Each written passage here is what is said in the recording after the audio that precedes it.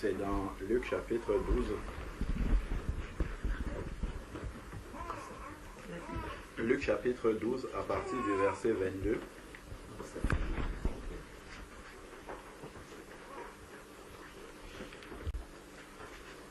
Pour mettre quelques versets sur tout ce dont on a parlé. Luc chapitre 12 à partir du verset 22. On va descendre. Jésus dit ensuite à ses disciples,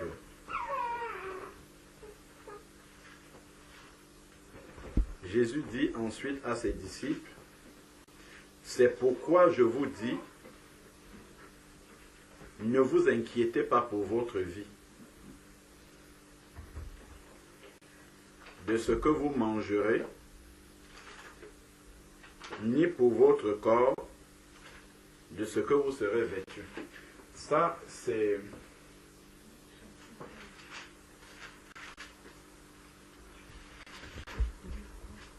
Ce sont des besoins primaires dont nous pourrons même estimer que c'est légitime de s'inquiéter pour ça. Si tu regardes ton frigo, il n'y a rien dedans. Tu regardes tes enfants, ils sont là devant toi, le frigo est vide, le compte est vide. Légitimement, tu vas dire non, j'aurais raison de m'inquiéter en regardant ça. Mais Jésus demande de ne pas s'inquiéter de ça. Si déjà on ne doit pas s'inquiéter pour ce qui est vraiment primaire comme ça, je ne sais pas le reste alors. Ne vous inquiétez pas pour votre vie.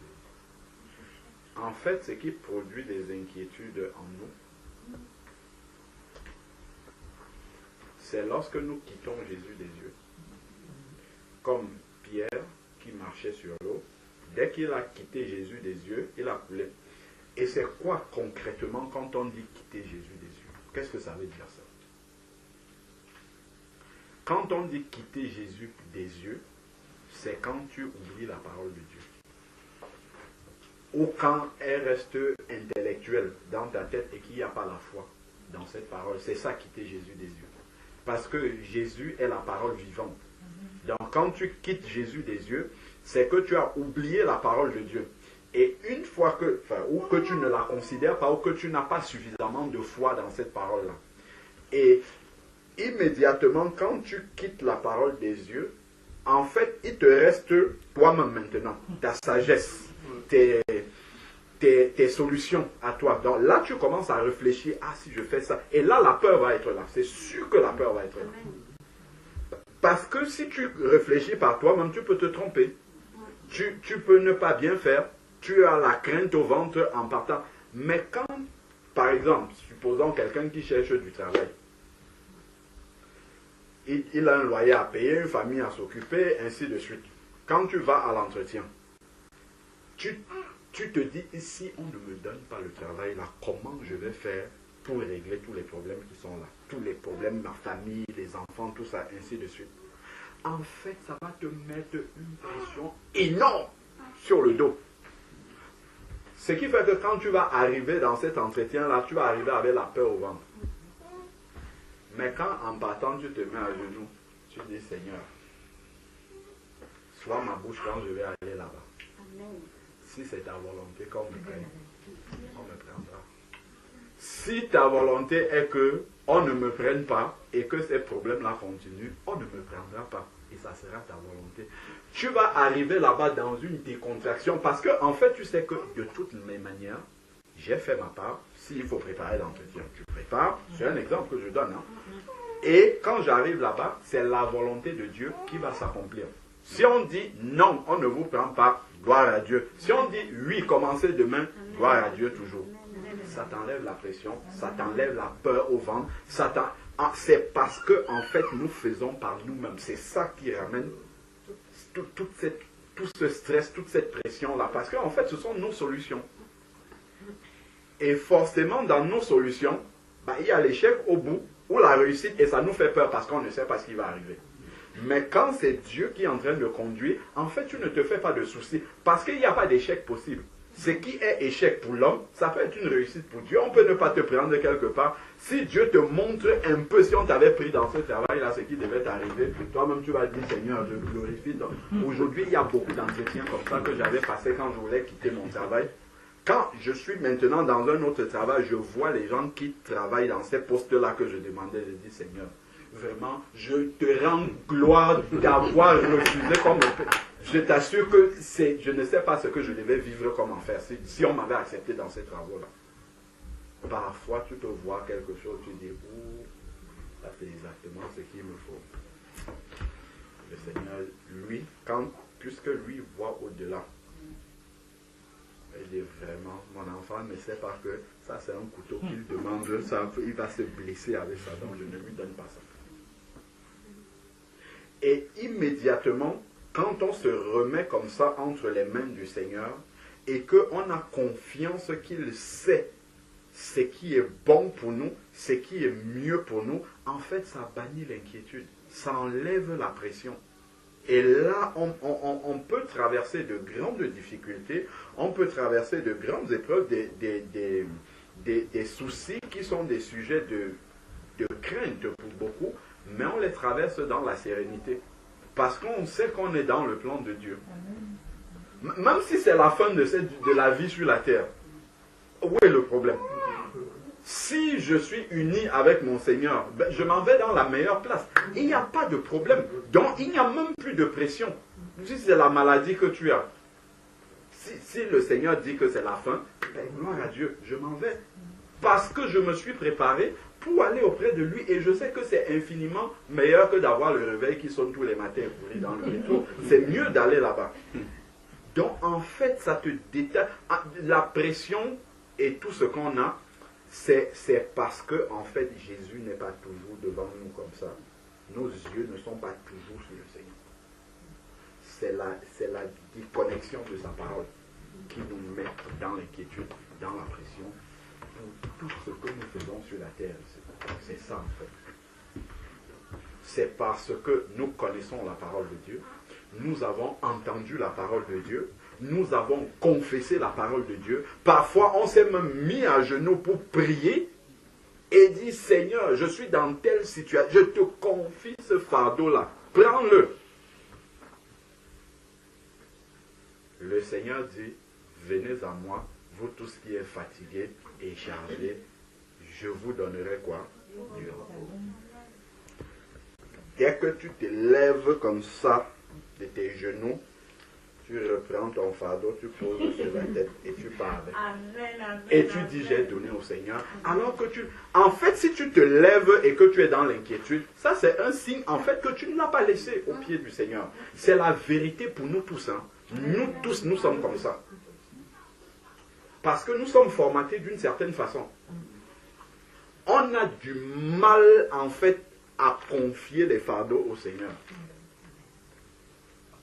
Pourtant, ça devrait être la chose la plus facile, hein? Mais c'est la plus difficile pour nous tous. De dire vraiment cette situation-là, vraiment ce fardeau-là, vraiment, je l'ai laissé entre les mains du Seigneur. Donc, je n'en fais plus un problème. Je n'en fais plus un sujet de préoccupation.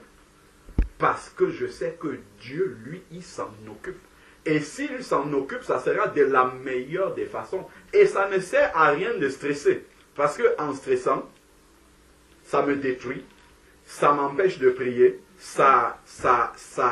comment dire, ça empiète ma communion avec Dieu et avec mes frères et sœurs, mon prochain tout simplement, parce que ma pensée est préoccupée. Alors qu'au final, en te préoccupant, ça ne change rien du tout. Ça ne change rien du tout. Ça te met simplement plus de... Comment dire? Plus de en fait, ça t'enlève la paix. Ça t'enlève la paix. Parce que la vraie paix que le Seigneur dit, quand il dit « Je vous donne ma paix », cette paix-là, on ne peut l'avoir véritablement que tant qu'on garde les yeux sur le Seigneur. Tant qu'on garde les yeux sur la parole de Dieu. Tant qu'on confesse la parole de Dieu et qu'on croit que cette parole-là est vraie pour nous. Là, on aura une assurance, une paix, une quiétude Mais si quelqu'un ouvre la bouche, il dit, il y a tel problème, tel problème, tel problème, tel problème, tel problème dans ma vie, mais tu vois la sérénité avec laquelle il est engagé dans ces problèmes-là, c'est parce que ses yeux sont sur la parole du Seigneur. Et qu'il s'attend à tout moment que, Seigneur, est-ce que j'ai quelque chose à faire par rapport à telle situation? Si oui, je fais. Si j'ai juste à manifester la foi et à attendre, Seigneur, que ton nom soit glorifié, je continue, dis-moi ce que je dois faire en ce moment-ci. C'est ça. C'est garder les yeux sur la parole du Seigneur et apprendre vraiment, quand on confesse quelque chose de sa bouche, à croire véritablement de son cœur. Si je dis, Seigneur, tu as porté, tu as pris mes fardeaux, il ne faut pas que je continue à porter ça encore avec moi. Et souvent, le Seigneur laisse les épreuves parce que c'est ça qu'il veut nous apprendre. Il veut nous amener jusqu'à ce qu'on réalise cela. Et c'est quand tu lâches prise, quand réellement tu dis, Seigneur, que ta volonté soit faite. C'est là que le Seigneur dit, bon, il a enfin compris. Mais malheureusement pour nous, c'est que nous attendons d'avoir épuisé toutes nos solutions complètement. Quand il n'y a plus aucune devant toi, là tu viens alors dire, Seigneur, que ta volonté soit faite. Alors qu'il voulait nous épargner ça dès le début. Quand on a essayé toutes les batteries de solutions, là maintenant il n'y en a plus. Là on dit, ah j'ai même un Dieu. Seigneur, occupe-toi alors de ça. Alors que dès le début on avait prié. Hein. Et on avait dit gloire au Seigneur. Le Seigneur a pris mes fardeaux. Mais dans la réalité, je suis encore dans, mais comment je vais faire? Si je faisais ça, ça. On est encore troublé. On réfléchit encore beaucoup. Parce que en fait, ce qui nous donne l'assurance, malheureusement, c'est quand on commence à voir les solutions arriver. C'est là où on se dit que Dieu est en train de travailler. Dieu, il n'a pas, les témoignages qu'on écoute là, Dieu n'a pas besoin souvent de commencer à nous montrer la solution arriver. Puisqu'il peut débloquer là instantanément sans avoir rien préparé. Sans même que tu ne t'attendais. Sans une porte à laquelle tu n'avais même pas imaginé que là, ça pouvait arriver par là. C'est par là que c'est cette porte-là que le Seigneur ouvre. Pour que tu saches en fait que ça ne vient pas de toi. Amen. Il te montre que ça ne vient pas de toi. Afin que tu ne dises pas que, finalement, c'était plutôt le plan C qui a marché par le A, par le B. Mais le C, gloire à Dieu pour la sagesse que tu m'as donnée. Quelle sagesse? En fait, c'était ta propre sagesse que tu étais en train de mettre en place. Parce que tu n'avais pas laissé tout entre les mains du Seigneur et lui demander sa volonté. Et tant que nous sommes têtus comme ça, en fait, on va souffrir beaucoup. Hein, parce que Dieu ne peut pas nous épargner le test de la foi. Jamais. Il ne peut pas nous épargner ça. Parce qu'on ne peut pas se réclamer être des enfants de Dieu sans avoir la foi. Tant que notre foi sera théorique, on va toujours être dans ces épreuves-là. Toujours. Jusqu'à ce que Dieu, quand il parle de la foi éprouvée par le feu, jusqu'à ce que, quand il entend ce que tu confesses de ta bouche, lui-même, il voit dans ton cœur que tu crois vraiment en ça. Il dit, oui, ça c'est mon enfant. Il a compris les choses maintenant. Et c'est par amour qu'il fait ça. C'est par amour, c'est parce qu'il nous aime. S'il nous épargne les épreuves, ça ne serait pas un sujet. Et d'ailleurs, le malin, lui par contre, il veut faire comme si il veut nous épargner les épreuves. C'est parce qu'il sait que devant on va souffrir beaucoup plus. Parce qu'il nous manquera vraiment cette préparation-là pour endurer ce qui vient. Donc c'est important, en fait, de le réaliser, de voir où sont nos failles, et puis de travailler là-dessus. De prier par rapport à ça, en fait. Ça, ce sont les vrais sujets de prière, en fait, qui vont débloquer beaucoup d'autres choses, en fait. Parce que ça va nous rendre plus efficaces vraiment dans le travail du Seigneur, que ce soit dans le travail d'encouragement des autres, de la consolation, ainsi de suite. Et même dans notre marche avec le Seigneur, ça va nous rendre beaucoup plus efficaces. Si ces petits tests-là, on apprend vraiment à faire confiance au Seigneur là-dedans. Là, on va vraiment marcher comme les apôtres marchaient. Et ça, c'est important. Donc, ensuite, lui, il dit, manger, vêtir là, il dit de ne pas s'inquiéter de ça. C'était le verset 22. Ensuite, le verset 23 maintenant, il dit, car la vie est plus que la nourriture. Car la vie est plus que la nourriture et le corps plus que le vêtement. Et maintenant, il va nous donner une image. Il nous parle ici, considérez les corbeaux. Ils ne sèment, ni ne moissonnent. Ils n'ont ni cellier, ni grenier. En fait, cellier, grenier, ce sont des endroits où tu peux garder, où tu peux épargner, où tu peux avoir des réserves. Et te dire, bon, comme j'ai les réserves ici, donc si une difficulté arrive devant, je prends là-dedans. Mais en fait, il nous donne une image des êtres qu'il a créés aussi, et qui n'ont pas tout cela, et qui ne s'inquiètent même pas. Un corbeau, il ne s'inquiète de rien. Quand il se lève le matin, il ne sait pas s'il va manger, et il ne s'en inquiète pas du tout, et à la fin de la journée, il a mangé quand même. Il a quand même mangé. Donc il ne vit pas avec cette peur-là au ventre. Ah, comme mon frigo est vide, ça signifie déjà que je ne vais pas manger. Donc là, je commence à m'inquiéter, à paniquer. Et il dit bien que considérez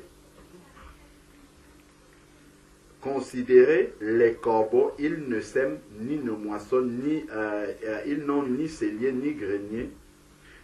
Et Dieu les nourrit. C'est vraiment Dieu qui en prend soin. Donc quand un corbeau va voler là, déjà toi à la maison, tu auras peut-être un supplément de pain qui arrive déjà dans une, comment dire, que tu ne peux plus consommer.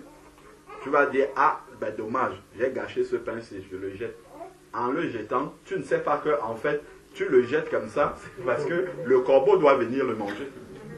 C'est pour ça que ton pain, en fait, tu ne l'as pas mangé complètement, mais tu ne le sais pas. Et tout ça, c'est un plan que Dieu a écrit pour que le corbeau ne manque de rien dans cette journée-là. Ben, de la même manière, tu as un souci, je ne sais pas si c'est le travail, si c'est les papiers ou je ne sais pas, tout ce qui peut tracasser la tête de quelqu'un.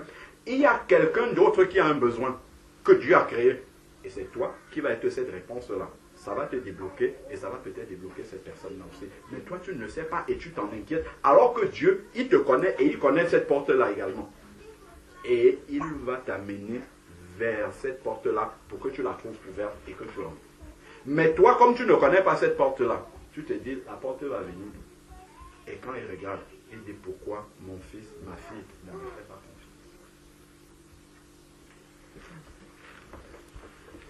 Voilà pourquoi il prend l'exemple des corbeaux. Les corbeaux, eux, ils ne réfléchissent pas du tout. Ils ne se préoccupent pas du tout. Il dit, combien ne valez-vous pas plus que les oiseaux? Si on va dans le livre de la Genèse, Genèse 1, on va voir que Dieu a créé les oiseaux du ciel, les reptiles, les poissons, ainsi de suite. À chaque fois, Dieu dit que cela était bon. Mais quand il est arrivé chez l'homme, c'est le seul être, la seule création de Dieu où il a dit, faisons à notre ressemblance. Donc, de la même manière, quand Dieu doit prendre soin de l'homme, il considère ces choses-là.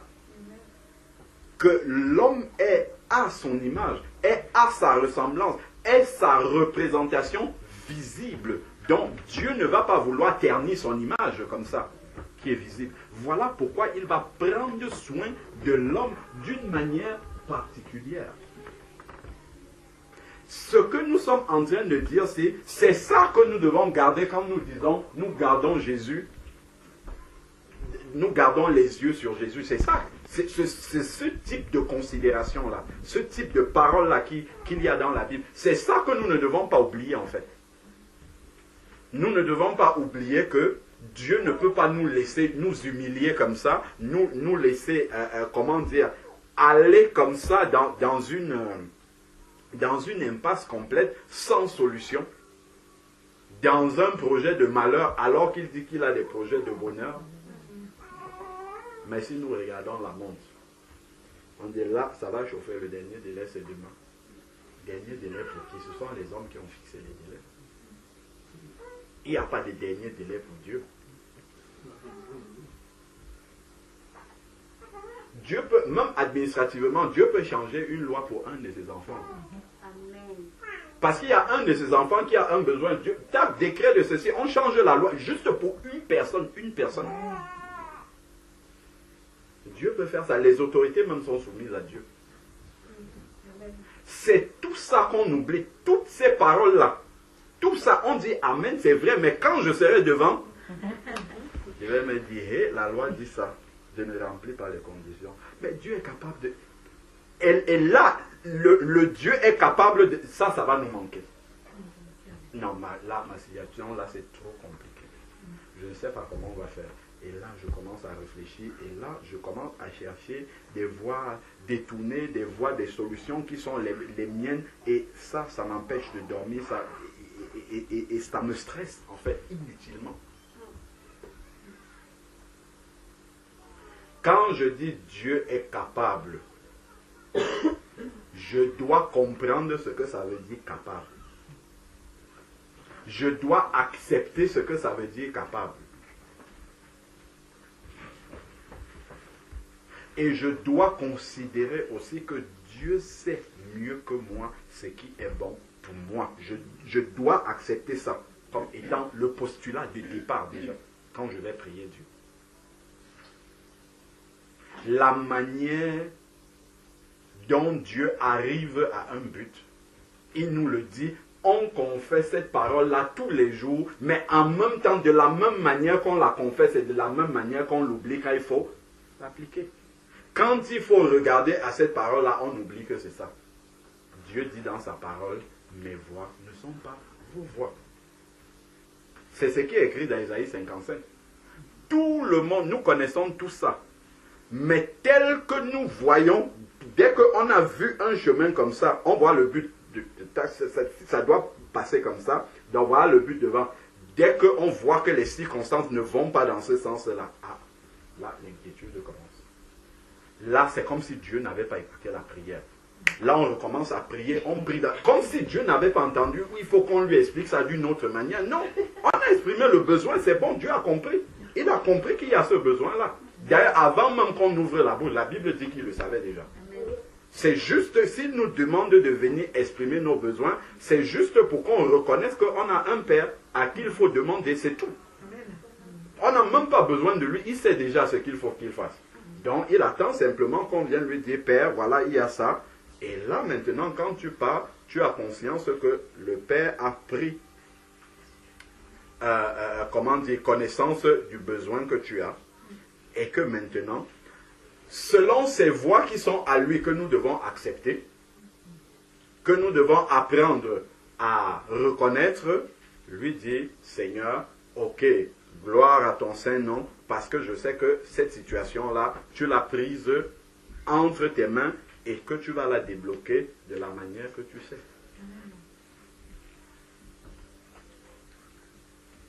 Ce n'est pas simple. Quand il faut mettre ça en pratique.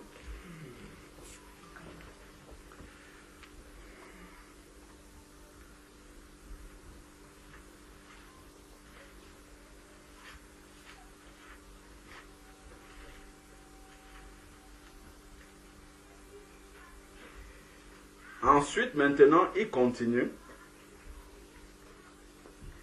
Qui de vous,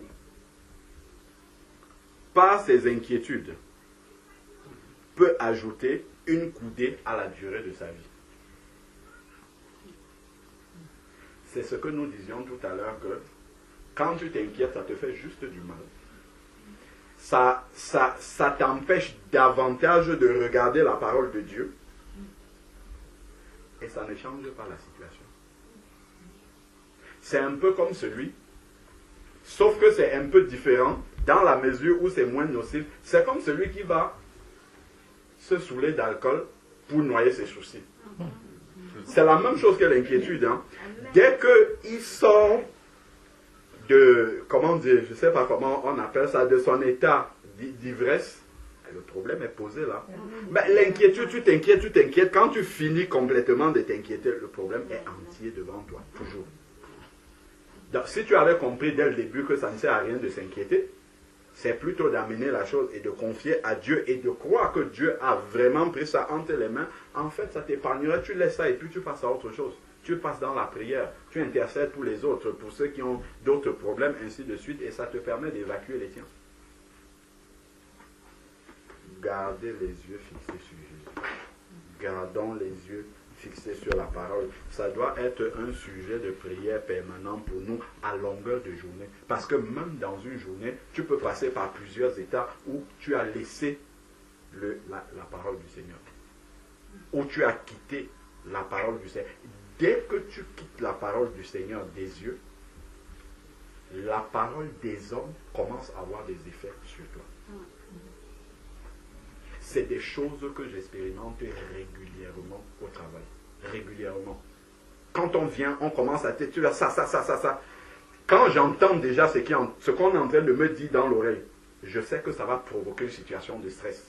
Parfois, j'entre même en jeûne pour rester centré sur le Seigneur et dire, Seigneur, il ne faut pas que les paroles qu'ils ont dites là dans mes oreilles, que ça m'influence même un peu. La parole des hommes ne prenne effet sur toi que dès que tu quittes Jésus des yeux. Si tu entends une parole qui commence à faire paniquer un peu ton cœur, parce qu'en fait, ça va t'amener à croire que ce sont les hommes là qui ont un pouvoir de décision sur toi. Alors que c'est le Seigneur. Commence à prier immédiatement pour évacuer ça. Pour que le Seigneur remette en place cette parole qui est déjà en toi. Hein. Ce n'est pas que tu vas la redécouvrir.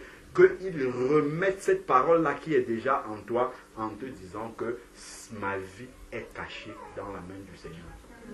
Je ne périrai pas et c'est aucun homme, personne, que peuvent me faire les hommes. Il y a plein de versets là dans les psaumes qui le disent. Les hommes n'ont aucune capacité, aucun pouvoir de décision sur ma vie déjà que je suis un enfant de Dieu. Jamais ils ne peuvent le faire. Mais si nous ne gardons pas cette parole de Dieu là dans notre cœur à ce moment-là, parce que c'est un combat spirituel en fait. Les paroles des hommes contre la parole de Dieu en nous, c'est un combat spirituel. Donc si on laisse justement, on ne comprend pas que c'est ça en fait qui est en train de se passer, tout de suite quand tu auras entendu la parole des hommes, tu vas chercher comment réagir.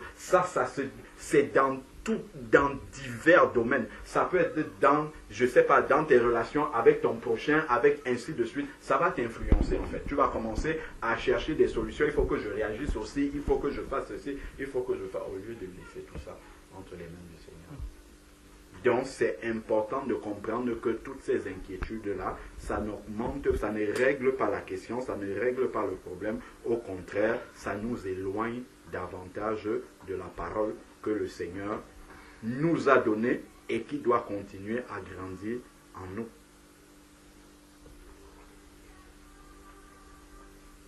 Il y a une parole, un verset, je crois, c'est Sœur Adèle qui l'a envoyé aujourd'hui dans Galates 6. Quand j'ai relu ça,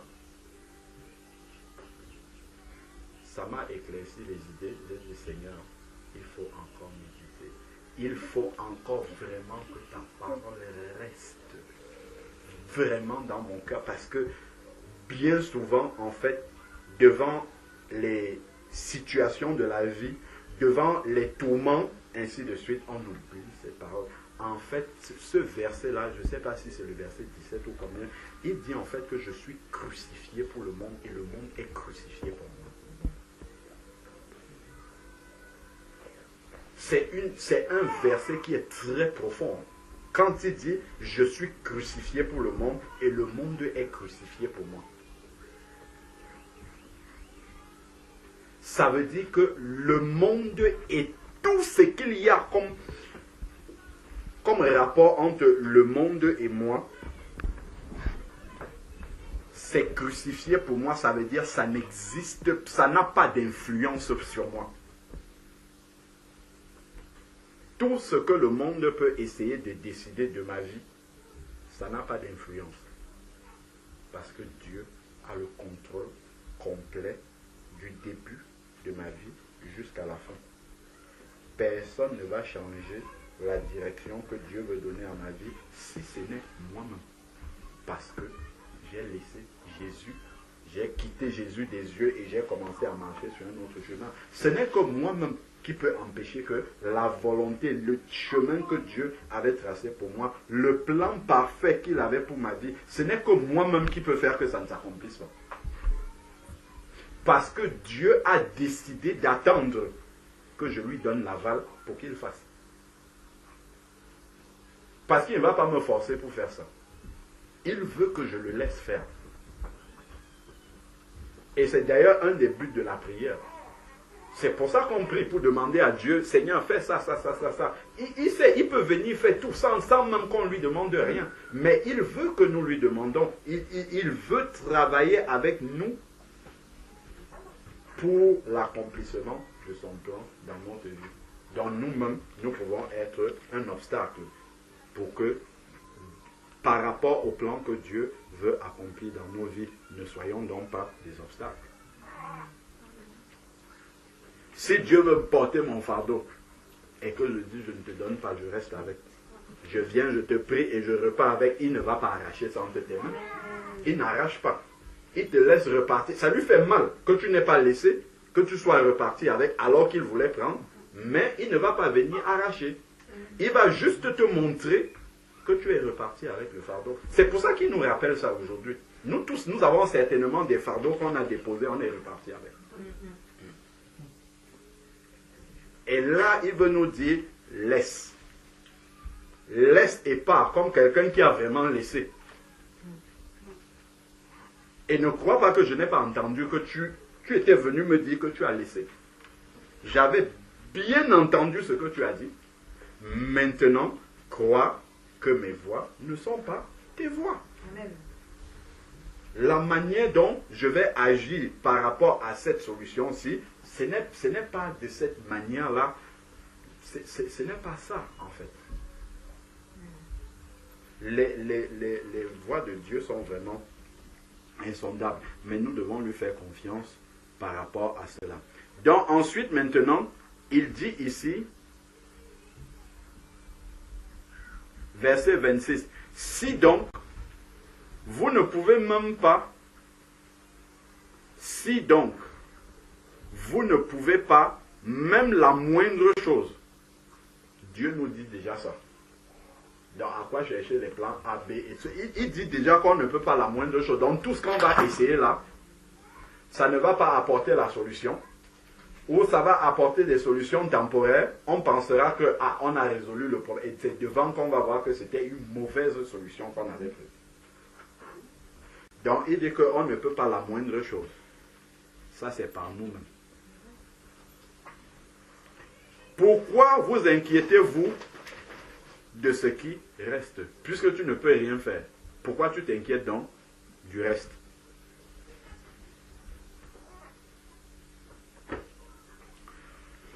Si on n'avait pas compris pour les corbeaux, il reprend maintenant les lits. Quand on lit ça, on peut dire, mais ça c'est des messages qu'on doit presque donner aux païens, ça. Alors que ça, les vrais enfants de Dieu véritablement qui prie tous les jours. Nous tous, on a du mal à appliquer ça, hein, alors que ça, c'est le b.a.-ba de la foi, ça. Mais on a du mal, vraiment du mal avec ça. Par notre manière, en fait, de fonctionner sans laisser vraiment la parole de Dieu s'accomplir pleinement dans nos vies. En fait, quand on confesse, par exemple, que Dieu est un Dieu de miracles, c'est bien quand tu dis, oh, Shadrach, Meshach, Abednego, waouh, dans la 4e homme est venu, il a sauvé, ainsi de suite. C'est bien. À Daniel, la faute au lion, waouh, Dieu est puissant. Et si c'était toi qui étais dans la fosse au lion?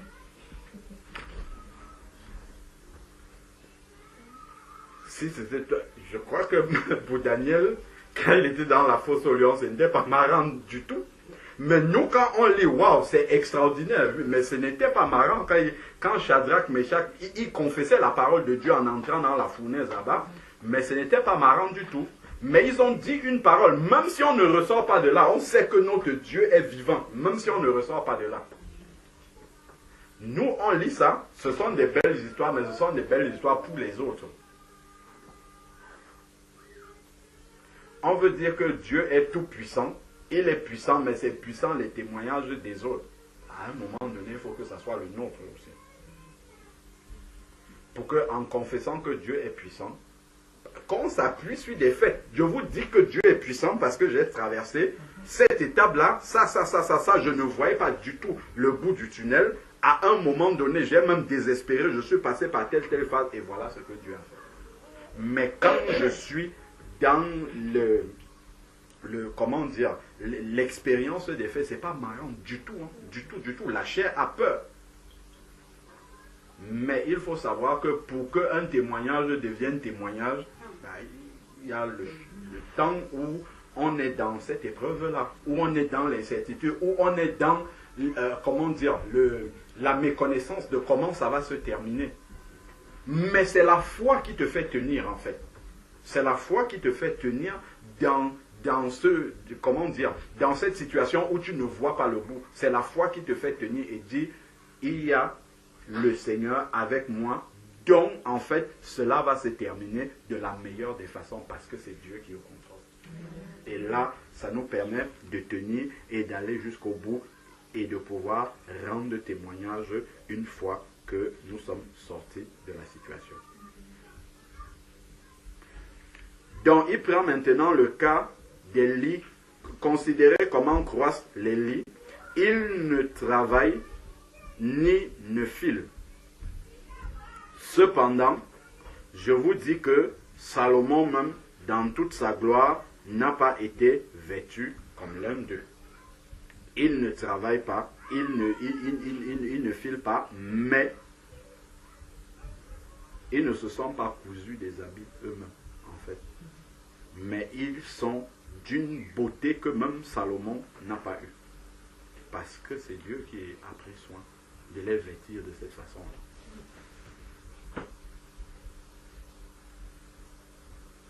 Si Dieu revêt ainsi l'herbe qui existe aujourd'hui dans les champs et qui demain sera jetée au four, ne fera-t-il pas à plus forte raison pour vous? Et il dit gens de peu de foi. Donc c'est un problème de foi, un problème de confiance en Dieu. Et c'est quoi la définition de la foi? La ferme assurance des choses qu'on espère. Pourquoi on espère ces choses-là? Parce que c'est Dieu qui a dit ça. Et que Dieu n'est pas un homme pour mentir, ni le Fils de l'homme pour se repentir. Et la démonstration, la foi est une démonstration des choses qu'on fait comment? Qu'on ne voit pas. Si on voit déjà la chose, il n'y a plus de foi. Mais même les païens ont beaucoup de foi. Hein. Beaucoup. Si c'était ça la foi, on va te dire que Guy Moquet va construire, je ne sais pas moi, comment ils appellent, un projet immobilier. Les gens viennent, ils commencent à acheter, ils achètent, alors que la maison n'est pas, les résidents ne sont pas encore sortis de terre. simplement parce que le promoteur immobilier a donné toutes les garanties, il a montré, et on a la foi dans ça. Mais dans ce que Dieu lui il dit, qui est inébranlable depuis des millénaires, là on a beaucoup de mal, en fait, à accepter ces choses-là. Mais, soyons sûrs, en fait, c'est que Dieu veut que nous puissions apprendre à lui faire confiance. Ça, c'est une certitude. C'est que d'une manière ou d'une autre, si on échappe à gauche, il viendra à droite. Si on échappe à droite, on ne pourra pas sortir, voilà, par une autre porte, sans lui faire confiance. Donc, quand nous voyons les tribulations, les épreuves arriver, il faut seulement directement se mettre à genoux et dire, Seigneur, c'est encore quel domaine, qu'est-ce que je n'ai pas encore compris, au lieu d'essayer d'échapper, parce qu'on ne pourra pas échapper. Si nous sommes ses enfants, ça va être par la foi. Sans la foi, il est impossible de lui être agréable. C'est ce que la parole de Dieu nous dit. Que celui qui s'approche de Dieu doit croire que Dieu existe. Ça, tu vas dire que ça c'est un verset pour un païen, c'est pour nous. Hein. Celui qui s'approche de Dieu doit croire que Dieu existe. Dans de multiples situations, nous agissons comme si Dieu n'existe pas. Même si on ne le confesse pas de la bouche. Mais la manière dont on nous voit nous battre dans nos problèmes, c'est comme si Dieu n'existe pas en fait. Puisque nous nous battons avec les mêmes armes que les païens. Nous avons les mêmes inquiétudes que les païens. Nous avons les mêmes échelles de paix et de quiétude que les païens. Ce qui leur donne la paix, nous aussi nous allons chercher la paix dans ça. C'est ça qui nous montre que, même si nous confessons que Dieu existe, dans beaucoup de situations, nous avons oublié que Dieu existe. C'est ça quitter Jésus des yeux. Oublier que, peu importe la situation dans laquelle je suis, Dieu est capable d'intervenir et de faire ce qu'il faut. S'il ne l'a pas fait là, c'est que ce n'est pas le moment de le faire. Ou ce n'est pas de la manière dont j'attends là. Ce n'est pas de cette façon-là que ça va se faire. Plus vite on a appris cette leçon-là, mieux on va avancer avec le Seigneur.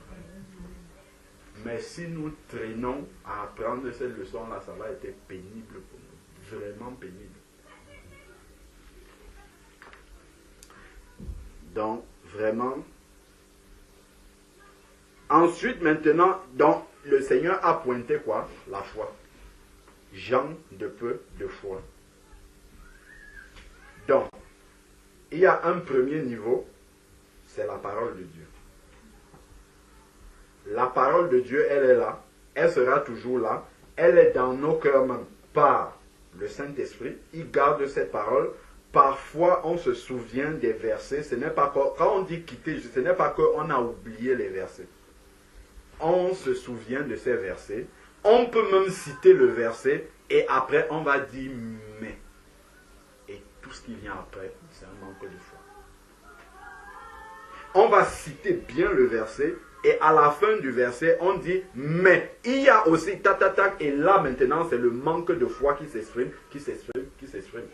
Et c'est ça qui prendra le dessus. Ça, on a quitté Jésus des yeux. Le Seigneur a dit donc, je dois travailler pour mettre ma foi dans point à la ligne. C'est tout. Je ne dis pas, il a dit mais quand même, dès que je dis mais quand même, c'est fini. Là, je suis déjà à côté de la foi. Je ne suis plus sur le terrain de la foi. Et quand je ne suis plus sur le terrain de la foi, il s'ensuit tout le reste là des inquiétudes et tout ça qui ne changera rien du tout. Donc ensuite, verset 29 maintenant, il dit, et vous,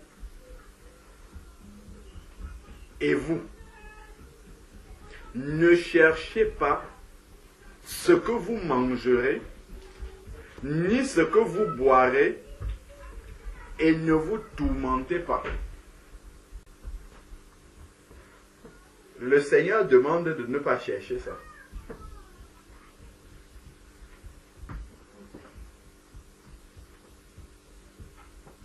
Le manger, le boire, tout cela peut nous tourmenter. Pourquoi nous courons après tant de choses? courir après le travail, courir après les études, courir après tout ça, c'est pour le manger et le boire. Au final, c'est ça la vérité. On se met en panique, en stress pour tout cela, parce que en fait, c'est le manger et c'est manquer du manger et du boire, c'est ça qui nous fait peur. On se dit qu'à un moment donné, si on n'a pas fait toutes ces choses-là, on pourra avoir ce manque-ci. Et le Seigneur lui dit, ne vous tourmentez pas. De savoir s'il y a quelque chose à manger dans le frigo, c'est très bien. On ne dit pas de ne pas le faire. Mais ça ne doit pas nous tourmenter s'il n'y a rien là, du tout. Si on n'a pas l'assurance de ce qu'il en sera de demain, on ne doit pas se tourmenter pour autant, pour cela. Parce que le Seigneur en prend soin. Ensuite, maintenant, il dit, car tout cela, regardons ce qu'il dit, car tout cela, ce sont les païens du monde qui les cherchent. Nous les cherchons avec eux.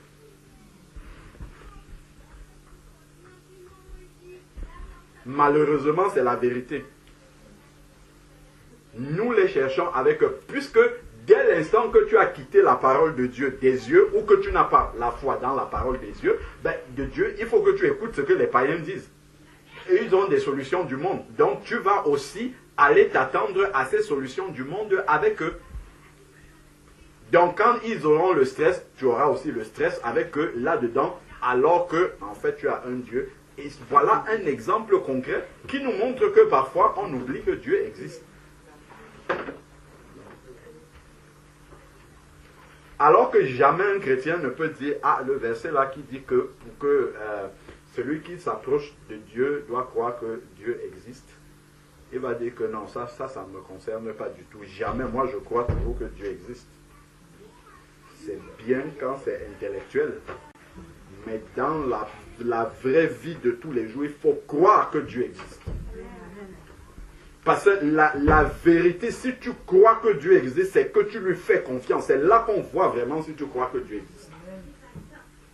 Si tu remplis seulement les versets bibliques et quand tu es dans la situation, tu paniques, c'est que tu ne crois pas encore véritablement que Dieu existe. Donc Dieu voit ton amour pour lui, mais il va t'amener à croire qu'il existe réellement dans la pratique. Et ça passera par des tests concrets pour que tu vois vraiment la main du Seigneur, que tu vois vraiment la limite de tes solutions. Parce que nous sortons pour aller expliquer dehors en évangélisation aux païens que Dieu existe, alors que nous-mêmes, nous ne croyons pas qu'il existe. Parce qu'il ne suffit pas de dire que Dieu existe. Il ne suffit pas de dire je crois que Dieu existe. Ce n'est pas suffisant. Il faut maintenant que dans la pratique, que ta foi montre véritablement ta manière d'agir, ta manière de te confier dans les situations difficiles, ta manière de t'abandonner, ta manière de lâcher prise des situations. C'est ça qui montre que tu crois réellement que Dieu existe. C'est ça la vérité. Donc, on a des échelles. Moi, je crois peut-être à 2% que Dieu existe. L'autre croit à 50%, à 25%. Si quelqu'un dit qu'il croit que Dieu existe à 100%, je dis gloire au Seigneur. Ça veut dire que dans toutes les situations, toutes les circonstances qu'il traverse, il n'oublie jamais que Dieu existe. Et il s'en remet toujours au Seigneur. Et il lui confie toujours toutes choses. Un homme de Dieu, je ne sais pas si c'était Luther ou qui, un homme de Dieu des temps anciens, qui disait que lorsqu'il a énormément de choses à faire, parce qu'il avait beaucoup de choses, je crois qu'il avait l'œuvre de Dieu et un travail très prenant, il avait beaucoup de choses à faire. Et il disait que lorsqu'il se lève et qu'il sent qu'il a beaucoup de choses à faire, et qu'il ne sait pas par quel bout commencer, il laisse tout ça. Et il va prier. Et quand il sort de la prière, il revient avec la sagesse de Dieu et il le fait beaucoup plus rapidement. Mais comment nous, dans la pratique, est-ce que c'est ce qu'on fait? Non. C'est une preuve en fait que nous ne croyons pas en Dieu réellement. Nous ne croyons pas que Dieu existe. Dès que tu vois tellement de choses comme, déjà même ta prière, c'est que tu vas aller prier vite fait en 2 minutes parce que tu es stressé déjà par tout ce que tu as à faire. Quand tu vois tout ce qu'il y a, tu dis, mais comment est-ce que c'est possible de faire tout cela? Tous ces exemples pratiques-là, concrets, ça nous montre vraiment comment nous ne lâchons pas encore prise. Comment nous n'abandonnons pas encore les choses entre les mains du Seigneur. Comment nous n'avons pas encore les vrais réflexes de quelqu'un qui en tout temps sait que Dieu existe. En tout temps sait que Dieu est avec lui dans la situation.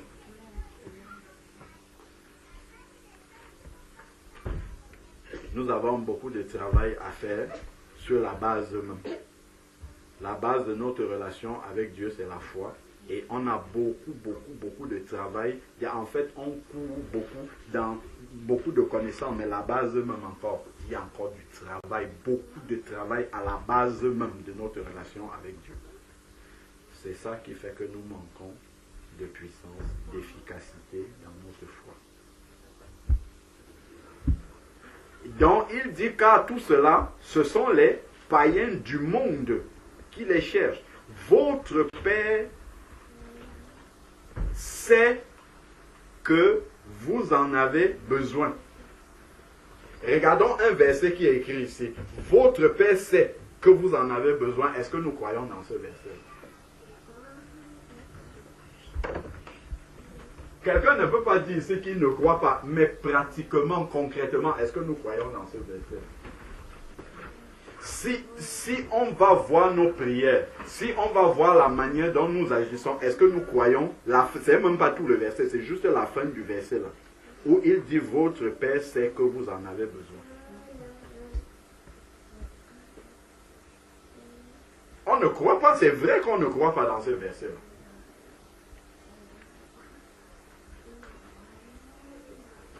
Parfois, il faut reprendre la parole de Dieu. On ne court pas vite, on prend des petits versets comme ça. Même la fin, même seulement du verset. Votre Père sait que vous en avez besoin et on reste devant le Seigneur. Seigneur, révèle-moi ce qui est écrit dans ce verset. Seigneur, permets que cette phrase-là, qu'elle ne me quitte jamais.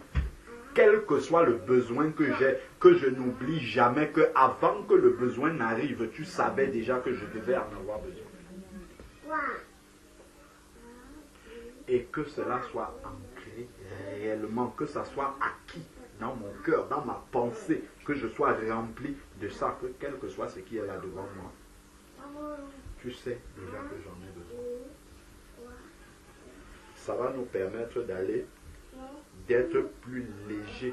Parce que quand le Seigneur dit, mon fardeau, mon joug est léger, on le confesse. Mais dans la pratique, on voit que c'est tellement dur. Pourquoi? Parce que, en fait, les bases que le Seigneur a demandées, on ne les a pas faites. Quand il dit, par exemple, renonce à toi-même, on n'a pas renoncé. Quand il dit, ton Père qui est dans les cieux sait ce dont tu as besoin, on n'a pas la foi dans ce verset-là. C'est normal après que le jour du Seigneur soit difficile. Ah, c'est pénible le chemin étroit. Ah, je me bats tellement. C'est parce qu'en fait, on n'a pas fait la base. C'est normal en fait. Le Seigneur nous a donné des bases qu'on n'a pas. On n'a pas acquis ces bases-là. Donc, il est normal que dans la suite de la route, qu'on trouve que c'est trop difficile. Mais le Seigneur n'a pas caché ces bases-là dès le début. Dès que tu arrives, il te dit ça dès le début. Il te dit qu'il est impossible de plaire à Dieu si tu n'as pas de foi.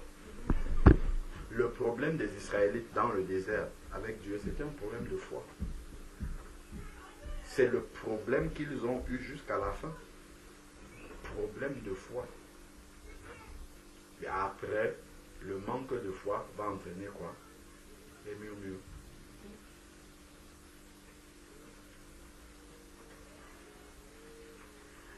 On va commencer à murmurer Comme on n'a pas le courage de murmurer contre Dieu, on va murmurer contre un autre.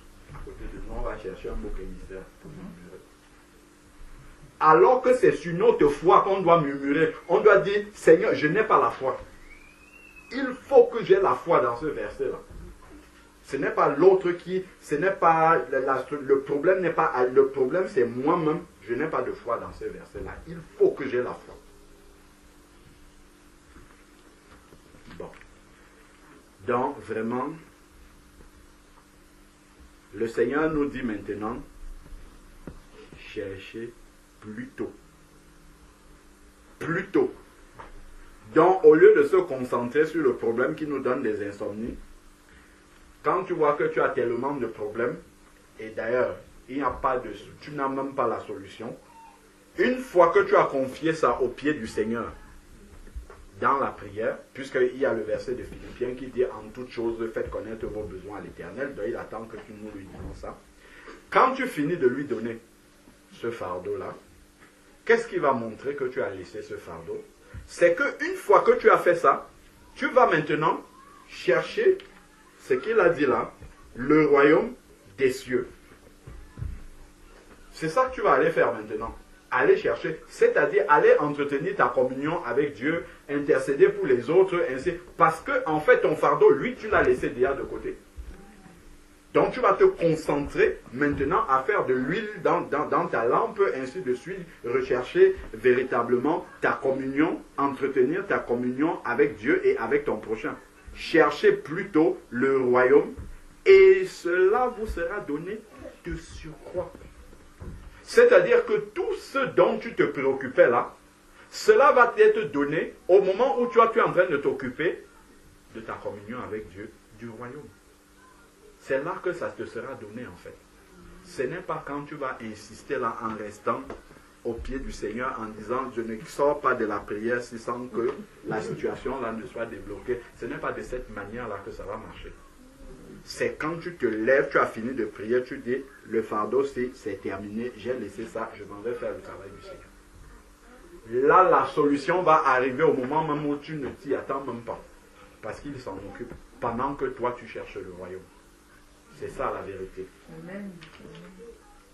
Donc ne fonçons pas tête baissée. Hein. On fonce tête baissée en disant non, c'est comme ça que ça va marcher. Le Seigneur, il nous dit bien la manière dont lui, la manière dont lui conduit les situations. Donc ne continuons pas à insister dans notre ancienne manière de fonctionner en pensant que ça va se débloquer. On va rester comme ça des années et des années, ça ne changera pas. Parce que le Seigneur attendra toujours que nous puissions acquérir la leçon de la foi. Il ne peut pas nous laisser si on n'a pas gagné le combat de la foi. Le combat de la confiance en Dieu. Le combat de l'abandon total des fardeaux entre les mains du Seigneur. Si on ne l'a pas gagné, on va continuer toujours à travailler dessus avec le Seigneur. Sois sans crainte. Ça c'est la conclusion. Sois sans crainte, petit troupeau, car le Père a trouvé bon de vous donner le royaume. Amen. Sois sans crainte. Donc ce qui donne l'inquiétude ne doit plus donner les inquiétudes. C'est là où tu seras sans crainte parce que le Seigneur sait quels sont les besoins que vous avez.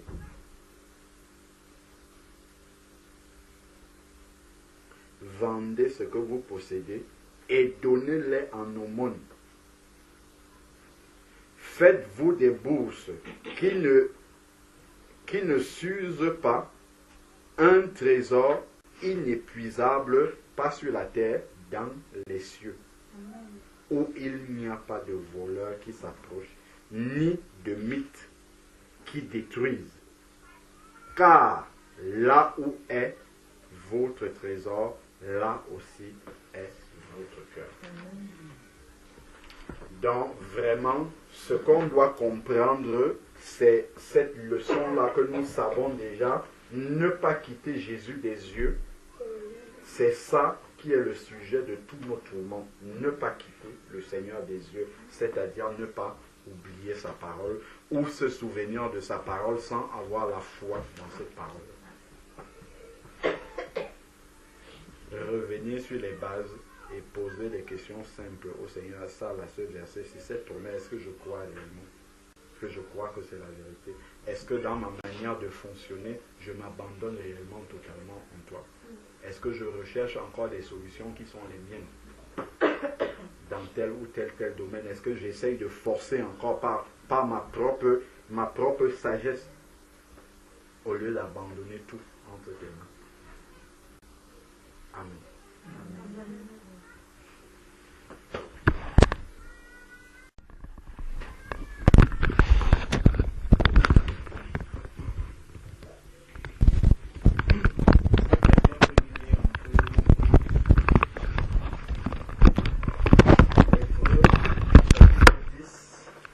Hébreux chapitre 10, verset 38.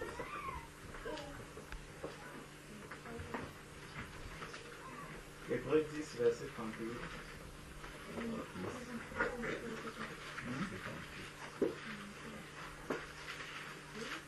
Hébreux 10, verset 38. Verset 38. Ouais. Et mon juste vivra par la foi, mais s'il se retire, mon âme ne prendra pas plaisir en lui. Amen. Mon juste vivra par la foi. Mais s'il se retire, mon âme ne prend pas plaisir en lui. Est-ce que quelqu'un peut nous donner le contraire de cette phrase? L'injuste périra par manque de foi. Non. Le juste, hein? Mon juste, Non. Ah non, pas. le contraire, donne-nous le contraire. Et relève le mot, et l'injuste périra par manque de foi. L'injuste, ah, elle dit, l'injuste périra par manque de foi. Est-ce que quelqu'un a une autre proposition? Le verset dit ceci, et mon juste vivra par la foi. Bon, la sœur propose le contraire de ce verset, c'est-à-dire l'injuste vivra, mourra, périra par manque de foi.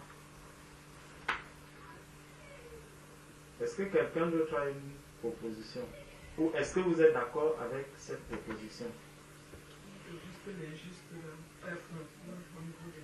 le juste n'est pas le minimum qu'on a comme mon juste. Hein? Non, c'est mon juste. C'est pas le minimum de ce qu'on a, c'est ça le juste.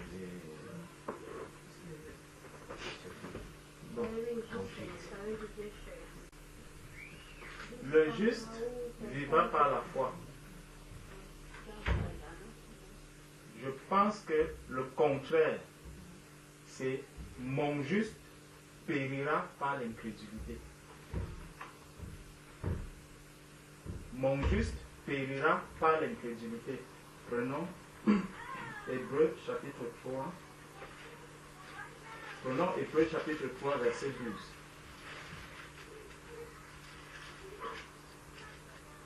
Hébreux chapitre 3, verset 12 nous dit: prenez garde, frères, que quelqu'un de vous n'ait un cœur mauvais et incrédule au point de se détourner du Dieu vivant.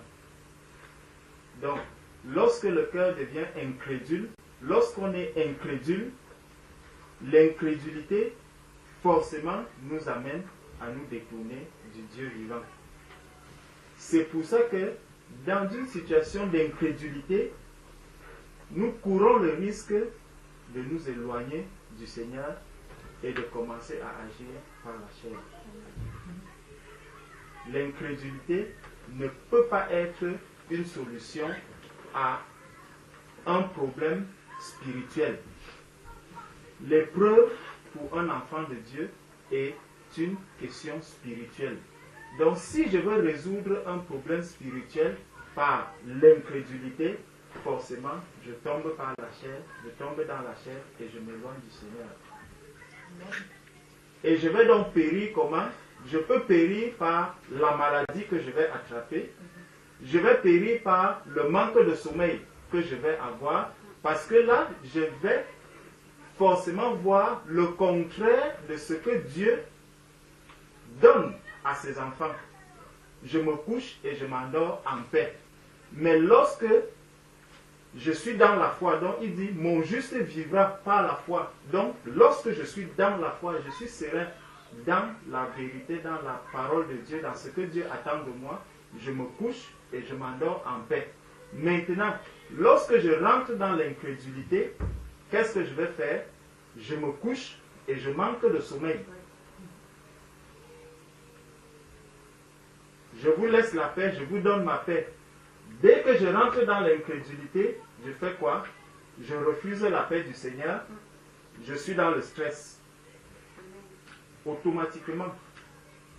Et là, ce n'est pas que Dieu ne continue pas d'agir, ce n'est pas que Dieu n'est plus là, mais en fait, c'est que je n'ai pas voulu garder la foi dans ce que Dieu m'a donné. Et comme je n'ai pas voulu garder la foi dans ce que Dieu m'a donné, je m'éloigne du Seigneur. Or, le Seigneur lui-même dit que sans moi, vous ne pouvez rien faire. Jean 15, verset 5.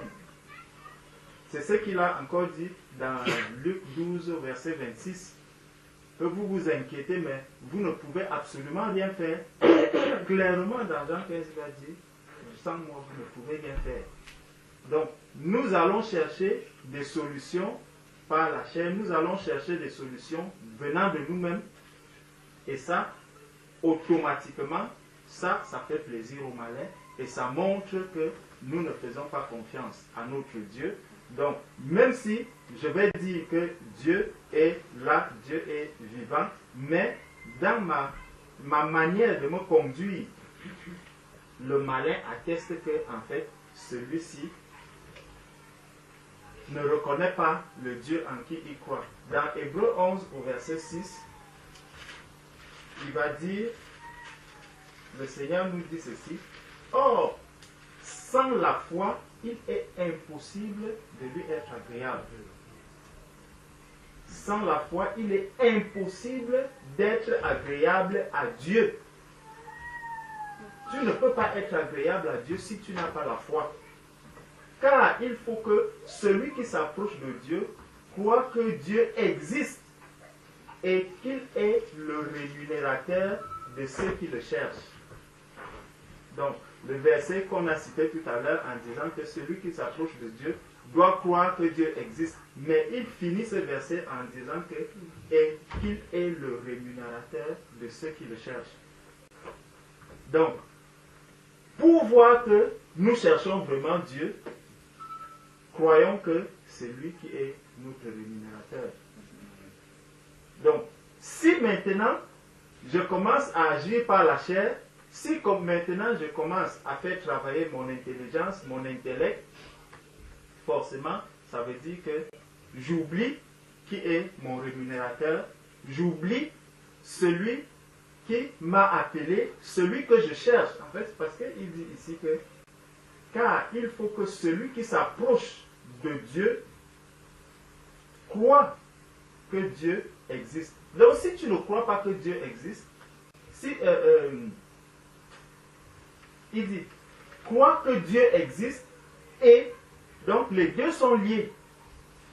Tu dois croire que Dieu existe et qu'il est le rémunérateur de ceux qui le cherchent.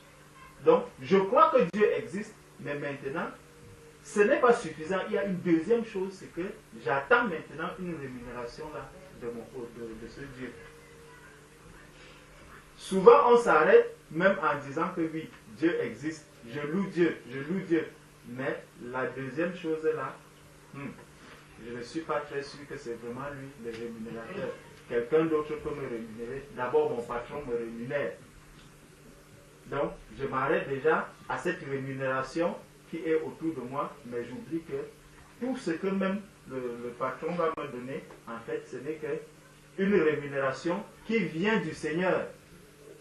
Parce que c'est lui qui a touché même le cœur du patron pour qu'il m'embauche. Le monde va dire, ah, c'est parce que j'étais intelligent, c'est parce que j'ai fait ceci, c'est parce que j'ai fait de grandes études comme mes frères disaient tout à l'heure, ingénieur, agronome, ingénieur ceci. Nous, ingénieurs zéro, mais tu te retrouves dans un endroit où on te donne de quoi acheter une baguette, acheter ceci, tu dis gloire à Dieu, mon rémunérateur a agi, il me rémunère. Donc vraiment, accrochons-nous, oublions que notre rémunération peut venir d'ailleurs, mais seulement de Dieu. Et il nous rémunère comme quand on ne s'attend même pas. Lui n'attend pas la fin du mois. Amen. Amen.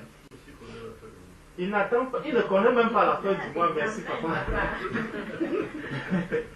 Donc à chaque instant, chaque minute, il rémunère. Même le sommeil, c'est une rémunération. Amen. Donc quand je me couche, je m'endors en paix, je dois savoir que ça, c'est une rémunération que le Seigneur me donne. Amen. Donc si je me couche et je n'ai plus la paix, ça veut dire que je refuse la rémunération qu'on veut me donner. Il y a des personnes qui refusent souvent le salaire. Hein? Des personnes qui disent non, le salaire qu'on me donne là, je suis déjà assez riche comme ça, donnez-le aux pauvres, je fais don de mon salaire aux ONG ou à ceci. Ça, c'est ce qu'on fait lorsqu'on se retrouve déjà sans sommeil.